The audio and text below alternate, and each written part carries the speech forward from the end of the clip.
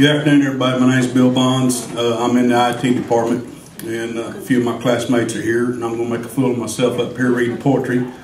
But anyway, this is not an original piece of work. This is an unknown author. Then I pulled this off the internet, but it means a lot to me. Being a truck driver, I'm an old cowboy at heart, and running through Wyoming and Montana is my favorite part of the United States, and part of this takes place in Wyoming, and it's entitled Cowboy Poetry.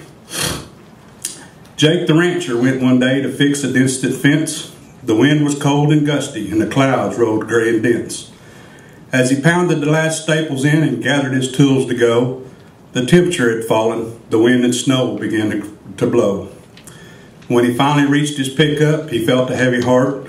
From the sound of that ignition, he knew it wouldn't start. So Jake did what most of us would do if we had been there. He humbly bowed his balding head and sent aloft to prayer. As he turned the key for the last time, he softly cursed his luck. They found him 3 days later, frozen stiff in that old truck. Now Jake had been around in life and done his share of roaming, but when he saw heaven, he was shocked because it looked just like Wyoming. Of all the saints in heaven, his favorite was St. Pete. So they sat and talked a minute or two, or maybe it was 3. Nobody was keeping score because in heaven, time is free. I've always heard, Jake said to Pete, that God will answer prayer. But one time I asked for help, well, he just plain wasn't there.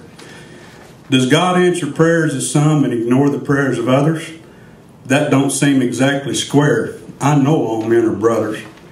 Or does he randomly reply without good rhyme or reason? Maybe it's the time of day, the weather, or the season. Now I ain't trying to act smart, it's just the way I feel. And I was wondering, could you tell me just what the heck's the deal?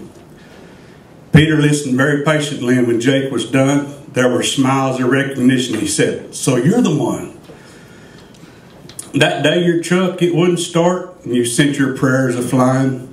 You gave us all a real bad time, with hundreds of us trying. 1,000 angels rushed to check the status of your file. But you know, Jake, we hadn't heard from you in quite a long, long while. And though all prayers are answered, and God ain't got no quota, he didn't recognize your voice, and he started a truck in Minnesota."